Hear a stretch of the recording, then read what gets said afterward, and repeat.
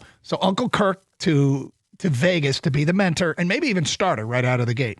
The other one is Malik Willis to Arizona, a quarterback needy team with a ton of cap space, goes after the hottest commodity in the free agency this offseason. I find it interesting. Your Uncle Kirk to say to Mendoza if they draft Mendoza first overall, which by all accounts they will. That's actually initially I'm like, does Kirk want to be the mentor? But Mendoza is also a spiritual guy. That connection kind of works there. I went a different route. I went with Malik Willis to the Vikings because I always think the Vikings had the most weapons and the quarterback would want to just step right in there and play. Plus your games are inside and you play at least one other game every year inside at Detroit. So I'd go with that linkage. The other one, Mitchell Trubisky to the Detroit Lions. Whoa. Be the backup to Jared Goff. Mitch Trubisky hasn't done a whole lot of quarterbacking the last couple of years. I think it'd be an upgrade over Kyle Allen. Probably doesn't cost you too much because I think people are kind of forgetting about Mitchell Trubisky, but Trubisky only plays well against the Lions. This also helps to make sure that he's not going to go against you. But Detroit has weapons. And if Mitch has some people around him, he might actually be able to do something if, the emergency break glass situation here in Detroit. All right, so I don't want this to happen, but I think Kyler Murray to the Vikings for a veteran's minimum would really scare me. They already have a bunch of good weapons like Justin Jefferson and the other receivers and Hawkinson, but they got a great defense. They just need something out of their offense. Justin Jefferson with a competent mobile quarterback, Kevin O'Connell designing offenses catered to Murray and his mobility, and he could still throw the ball. I know he's had some bad years in Arizona being injured, but I think under Kevin O'Connell's tutelage, that could resurrect Murray's career. And they could get him at the veteran's minimum. I don't like that, but I think it'd be a perfect fit. The other quarterback is Malik Willis to the Jets. I think Aaron Glenn has to win next year. There's just coaches don't get any time anymore. And it's worth the shot that Malik Willis can actually win them some games and get him a playoff berth maybe because he's got to win some games. They don't have time for a young quarterback. I don't know if Malik Willis can do it or not, but that'd be the guy. I got a ton of cap space, too. How's the gaming scene in Minneapolis? Is it good? Oh, yeah, you can play online now, Gator, so it doesn't matter. Okay, I just want to make sure for Kyler's sake. Yeah. All right, where is Max Crosby going to play for week 1 of the 2026 NFL season? I think he's going to suit up with the Dallas Cowboys. Jerry just can't help himself. He's going to go and give up some draft capital that he got back in exchange for Micah Parsons and throw that at the Raiders. I think maybe some people might think the easy button is just to say the Raiders, but I don't. I don't think he's going back. I think he wants out. I think it's clear he wants out. And the Cowboys are more than willing to accommodate it. I've seen this script before. It's just like Myles Garrett. He will be in Vegas. They're not going to find a taker. With the cap situation that it would cost, that what you have to be able to take on Max Crosby. I think the only realistic way he gets moved is if he rips up his contract, and I doubt he's going to do that. So I'm going to stick with Vegas for Max Crosby. I got the Eagles. A.J. Brown, 2 first-round picks. Who says no? I think the Eagles are obviously ultra-aggressive all the time. They need a defensive end.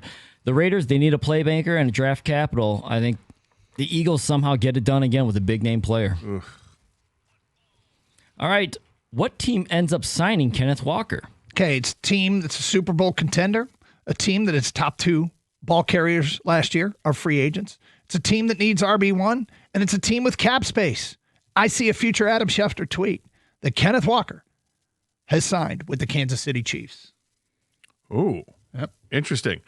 I also look at a team that's got lots of cap space, and this team has the most cap space in the NFL right now. You look at their leading rushers last year, accounted for 643 yards last year. I'm going to go with the Los Angeles Chargers. And it's also a team that many people feel is a contending team. And if you have Kenneth Walker in the backfield, it's going to take some of that burden off of Justin Herbert. Maybe Justin Herbert can realize that potential. I'm in the AFC West as well, but I'm going with the same team Doug went with, the Chiefs. I think they're clearing up cap space. Mahomes could use a running game. K9, really good running back. I thought he could have handled the load all year by himself, but they had Charbonnet, so they like to split carries over there. But I think Kenneth Walker could be like Kareem Hunt was when they were, when he was a really good running back with the Chiefs. I think this works out perfectly. The match is up. I like the Chiefs. All right, Trent Williams. He recently said that he would rather not go to the Super Bowl than go and lose. Quote, I tell people all the time, I'd rather not go than go and lose because the pain of losing lasts months. I was under a rock for 3 to 4 months. Your thoughts on this? Well, see, everybody's going to have to treat this their own way. So this is my thought, and I would say I would disagree with that vehemently because I don't think you truly know how bad you want it until you have that chance and you lose it. So it should motivate you to be better. You shouldn't be hiding under rocks, but I'm not going to tell the big fella what he's going to do because he'd kick my ass. But I think you come back close, you just want that opportunity again, and it's better to have loved and lost than never have loved at all, right? Our perspective here is so different because it'd be totally worth the 2 weeks of just pinching yourself going, oh my God, we made it to the Super Bowl. And if those are his authentic feelings, okay, fine, but I'm not wired that way either. One, give me a shot at the crown. And two, the pain of losing can be a motivator. He says 3 or 4 months under a rock. I wouldn't be under a rock. I'd be, how do I change it? Yeah. How do we take that next step and win that last game? I think how you answer this question is, though, guys, if you know you're going to lose, would you still want to go, right? And I think your answers would probably be the same because I think that's how Trent Williams is saying. If, like, I know I'm going to lose, I'd rather just not even go. I think it kind of depends on how you lose. If you get blown out, I think it's actually easier to take in the moment. Like, hey, we weren't good enough. This Taylor team was clearly better than us.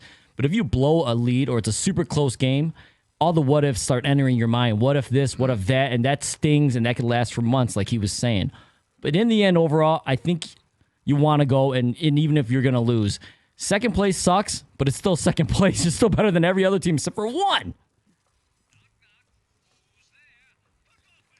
All right, one of the bigger stories out of the Combine was Ruben Bane's arm length. That's right. It was a huge deal or not. Do you think this will matter when teams think about drafting Bane? Well, the data supports that guys with this kind of arm length don't make it at that position. You ever heard of Ricky Elmore? You ever hear of Wyatt Hubert? You ever hear of Tyree Johnson? 31-inch arms or shorter at the edge spot hasn't worked. Now, none of those guys were considered the prospect that Bane has, and you got to find guys that Bane is, and you got to find guys in the league currently and say, all right, is there a comp there that works? But as far as draftable process, since they have measured arms, these are unusually short, and there hasn't been an example of it working. So I think it will matter on draft day. It won't matter to everybody. It takes 32 teams, right? Somebody will say yes, but I'm sure some teams are scared off. Look, there are guys I'd take ahead of Ruben Bane, but I don't think it's because he has short arms. I think, if I look at Arvel Reese or Bailey, the other edge rusher, yeah, I'd take those guys ahead of Bane, but I did before I knew that Bane had short arms. I think Bane is probably the third best pass rusher in this draft, and I don't know, did it matter when he was terrorizing college football during his career that he had short arms? He's going against guys who are going to be NFL players. I guess you can certainly make the case that it matters. They've got data that backs it up, and certainly the length is an advantage for an offensive lineman. That's why they look for offensive linemen to have that great length. But he's got speed and power that is really hard to replicate. And to try to counter that, if you're going to pass on Ruben Bane, well, that's good luck on you because I think it's a mistake. So Bane's arms are historically tiny. No pass rusher with arms as short as Bane's has been drafted in the first round since 1999.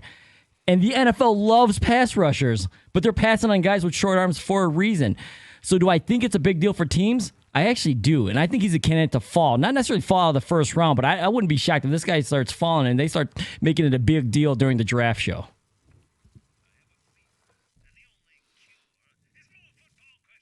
Give me your current Mount Rushmore of NFL quarterbacks. I hate you. This question is impossible. It's really open-ended. It's how you want to take it. Yeah, I know. And it's like, so I went at this and I thought, okay, this is going to be easy. You got to come up with 4 quarterbacks. That's Mount Rushmore, right? Here we go. No problem. Well, the first one was easy. I came with Josh Allen. No problem. Second one, a little bit more thought, but no, Lamar Jackson. I'm not going to overthink this. Lamar Jackson belongs on there. And then it got really, really freaking tough, okay? All respect due to Joe Burrow. He can't stay healthy. And until he shows he can stay healthy again and take his team where they need to be, he's not on it. All respect due to Patrick Mahomes, who in the past is absolutely probably number one with a bullet on the Mount Rushmore. He's not. He's been hurt the last couple of years and suffered a serious injury last year. And oh, by the way, looked real mortal last year too. His quarterback rating would drop down to 89. Hurts and Darnold have both won Super Bowls, but I'm not hitching my wagon to either one of those guys. My other two are Matthew Stafford and Jared Goff. And it's because, Goff in this offense, he looks great. Stafford in his offense, he looks great, and he's actually won. I hate Kang for this question. So wait, who are your four? Lamar, Josh Allen, Matthew Stafford, Jared Goff. So my interpretation of Mount Rushmore is remembered historically. So I had one easily, and it's Patrick Mahomes. Then it's like empty space, and maybe Stafford. Because I think the way you get remembered historically is by winning Super Bowls. And so I'm going Mahomes. That's fair. And if I have to fill in the empty spaces, I will fill it in with Matthew Stafford, who's got a shot to win. And then another guy that I'm not giving up on that I think could win Super Bowls is Josh Allen. And it's weird because I feel like he's got the Buffalo stigma attached to him. And then the fourth is obvious. Donald Trump. Malik Willis. Oh, sorry. Malik Willis is going to win the Super Bowl.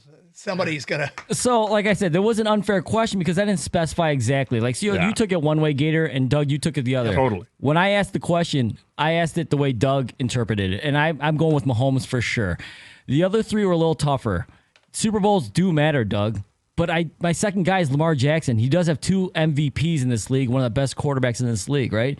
And the other two, I went with Rodgers. He's still in the league, and Matthew Stafford. Stafford's won an MVP and a Super Bowl. Those are my 4 guys: Mahomes, Lamar Jackson, Aaron Rodgers, Matthew Stafford. Oh, you must hate yourself too. I do. And there it is. That concludes the Wide 9 Omaha 4 Down Around the League Blitz thingy here on 97.1.